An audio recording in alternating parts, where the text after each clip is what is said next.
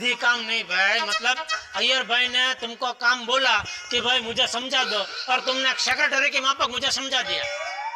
अय्यर मैं सब कुछ दिखाना चाहती हूँ।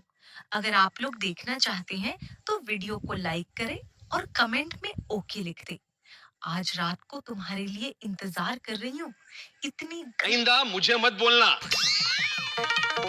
जिसको समझाना है उसको डायरेक्ट समझा देना। Okay sorry. जेठालाल, मेरे कहने का मतलब था फाइन मतलब ठीक। फाइन। अरे भाई ठीक है, बहुत हो गया, मीटिंग शुरू करते हैं। भिड़े चालू हो जाओ। अरे एक मिनट, मेहता साहब कहाँ है? अरे हाँ, वो जोधपुर गए। उन्होंने कहा कि तुम लोग जो भी फैसला लोगे मुझे मंजूर है। ठीक है। अरे फैसला कैसे होगा, रिपोर्ट तो आने दो। हाँ, अभी तो ललिता मैडम भी नहीं आई। तुम क्या कह रहे थे? ललिता मैडम बहुत पंक्चुअल है, 1 मिनट भी नहीं लेट होती। कहाँ है ललिता मैडम? ललिता मैडम दरअसल 9:30 बजे आएंगी। क्यों? हाँ, वो तो आप लोग समय पर आओ इसलिए आपको 9 बजे का टाइम दिया गया था। भिड़े मास्टर, शिक्षक होके झूठ बोलते हो? देखो, अरे हम लोग यहाँ भाग भाग के कैसे पहुंचे हमारा तन जानता है। वो जेठा भरा, तन नहीं मन जानता है। अरे भाई भागने में तो तन को ही तकलीफ होती है ना, इसलिए तन बोला। और करेक्ट है जेठा भरा, और मैं 1 मिनट भी लेट ना हो जाऊं इसलिए बिना खाए पिए भागा चला आया। क्या बात कर रहे हो? बिना खाना खाए? देखो ये क्या टाइम पास क्या लगा है भाई भिड़े। 9:30 की मीटिंग में सबको 9 बजे बुला लिया।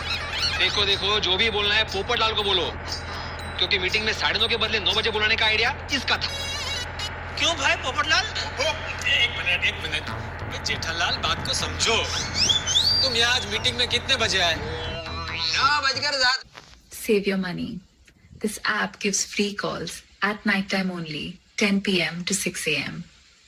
Download now and use. Seriously? Minute पे सोचो, अगर 9 बजे की मीटिंग का टाइम तय हुआ होता तो तुम मीटिंग में लेट हो जाते। और ललिता मैडम को तो आप जानते ही हो भाई, वो गुस्सा होकर मीटिंग छोड़कर चली जाती और रिपोर्ट नहीं बताती। इसलिए मीटिंग की गंभीरता को ध्यान में रखते हुए 9:30 का 9 किया। चलो ठीक है, अभी आज के लिए ठीक है, लेकिन दोबारा ऐसा मत करना, वरना अगली बार सब लोग मीटिंग में आधा घंटा लेट ही आएंगे। क्यों? हाँ जेठा भरा, अच्छा है तुमने बोल दिया, वरना मैंने तो डिसाइड कर लिया था कि अगली बार जब मीटिंग होगी ना तो मैं तो 9:30 बजे आऊंगा। लेकिन मान लो अगली बार मीटिंग 10 बजे हुई तो भी 9:30 बजे आऊंगा। क्यों? ओ क्या है ना, 9:30 बजे तक खा पी के मैं एकदम फ्री हो जाता हूँ। अरे भाइयों, मीटिंग शुरू करें। अरे हाँ, लेकिन ललिता मैडम को तो आने दो। भिड़े मास्टर, ललिता मैडम आएंगी तो सही ना? अरे हाँ भाई, जब तक वो नहीं आएंगे तब तक पता नहीं चलेगा हमारे बिल्डिंग का रिपोर्ट क्या है। सही बात है, मुझे तो अभी से टेंशन हो रहा है कि बिल्डिंग का क्या रिपोर्ट निकलेगा। अरे भाई वो तो उनका चेहरा देखा तो जब भी।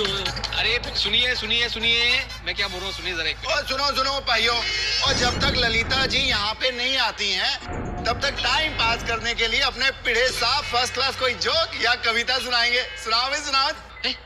अरे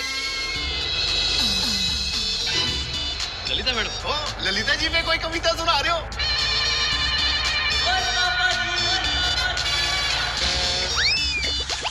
आइए मैडम, आइए प्लीज, आइए बैठिए। बैठने का वक्त नहीं है। और ललिता जी, आप तो 15 मिनट पहले ही आ गए जी। मैडम वो रिपोर्ट जरा। स्ट्रक्चरल रिपोर्ट के हिसाब से एक गुड न्यूज है।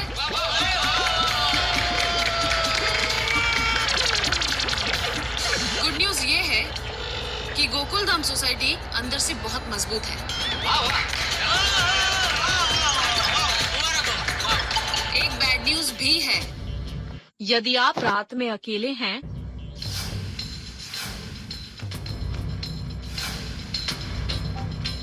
बैड न्यूज ये है कि गोकुल धाम सोसाइटी की बाहरी दीवारों का प्लास्टर खराब हो चुका है, तो जल्द से जल्द प्लास्टरिंग करवाना जरूरी है।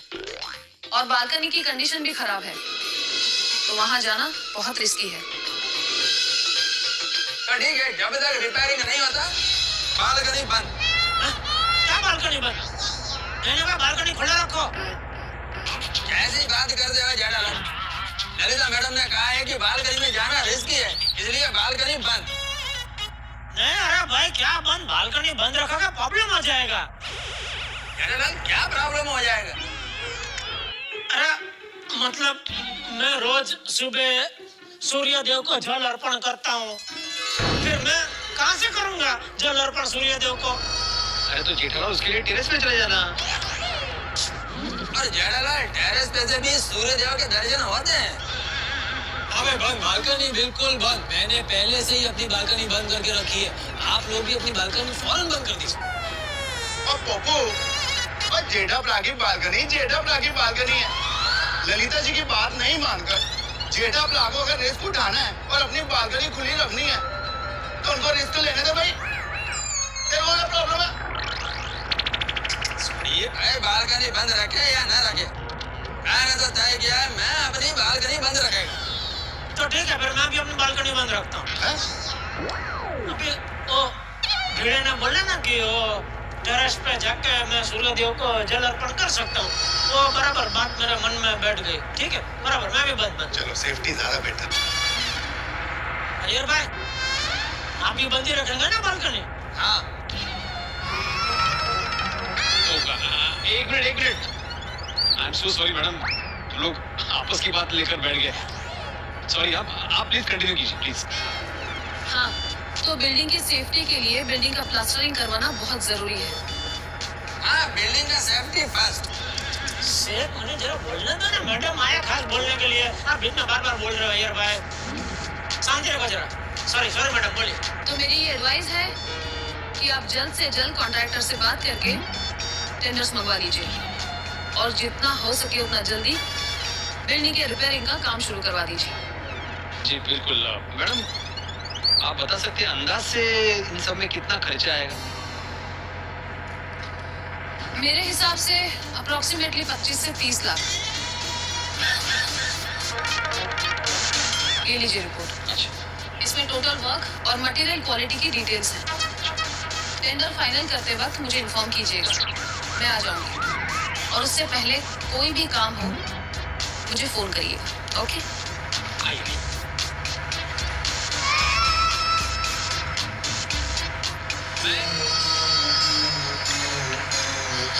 25-30 लाख का खर्चा बढ़ रहा है मैडम।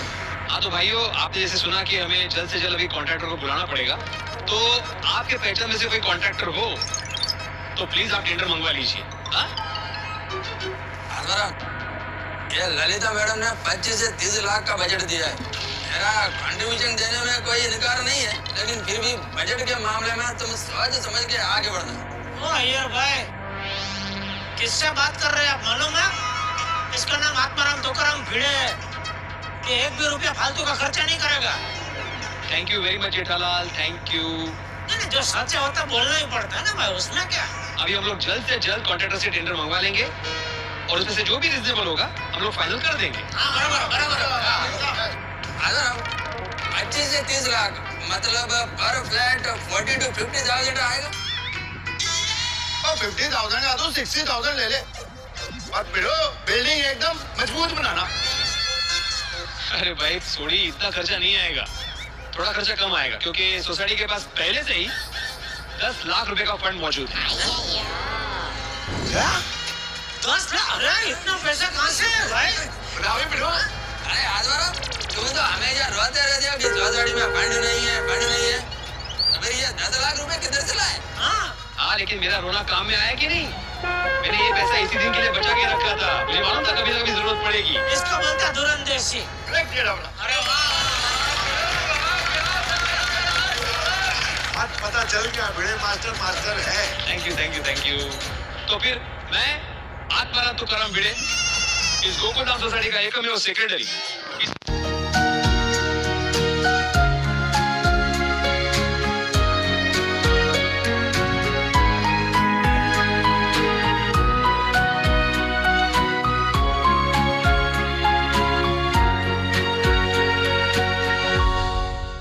इस मीटिंग में जाहिर करता हूं कि हम लोग जल्द से जल्द गोकुलधाम सोसाइटी का रिनोवेशन का काम शुरू करेंगे और जो भी खर्चा आएगा आपस में बांट लेंगे। ठीक है? हाँ बराबर। Good. Cancel. Cancel cancel cancel. क्या हुआ भाई पोपटलाल, क्या हुआ अचानक, क्या कैंसल? ओ पप्पू, ओ कल रात को तुम मेंढक की तरह उछल उछल के बोल रहा था, ओ सोसाइटी रिपेयर कराओ, सोसाइटी रिपेयर कराओ, सोसाइटी रिपेयर कराओ, अभी बोल रहा है कैंसल कैंसल कैंसल। ओ एक बात डिसाइड कर यार। देखो सोडी, मैं सोसाइटी के रिपेयरिंग काम के खिलाफ बिल्कुल नहीं हूँ। तो क्या तो? तुम बिना जांच पड़ताल किए सिर्फ एक ललिता गोडबोले की रिपोर्ट पर सोसाइटी में लाखों रुपए का काम करवाने के लिए तैयार हो गए। और 2-3 सिविल इंजीनियर को कंसल्ट करो, उनसे रिपोर्ट मंगवाओ। क्यों? नहीं क्या क्यों क्या? हो सकता है उनकी रिपोर्ट में ऐसा है कि हमारी सोसाइटी में इतना ज्यादा खर्चा करने की जरूरत ही नहीं है। पोपटलाल, ललिता गोडबोले जी है, और अगर मैं दूसरे इंजीनियर से भी रिपोर्ट निकलवाऊंगा तो वो भी यही रिपोर्ट देंगे। अरे भाई भिड़े, इन इंजीनियरों का क्या है? उनको सिर्फ कागज पर रिपोर्ट बनानी होती। जितना ज्यादा बजट होगा उतना उनका ज्यादा कमीशन होगा। भाई खर्चा तो सोसाइटी को करना है ना। और मैं कहता हूं कि जहां पर ये प्लास्टर गिरा है उतना हिस्सा रिपेयर कराओ। पूरी सोसाइटी को रिपेयरिंग कराने की क्या जरूरत है? अरे भाई कल को समझो कहीं और से प्लास्टर गिरा तो फिर वहां काम करवाने का? यानी जहां जहां प्लास्टर गिरता रहेगा वहां पूरे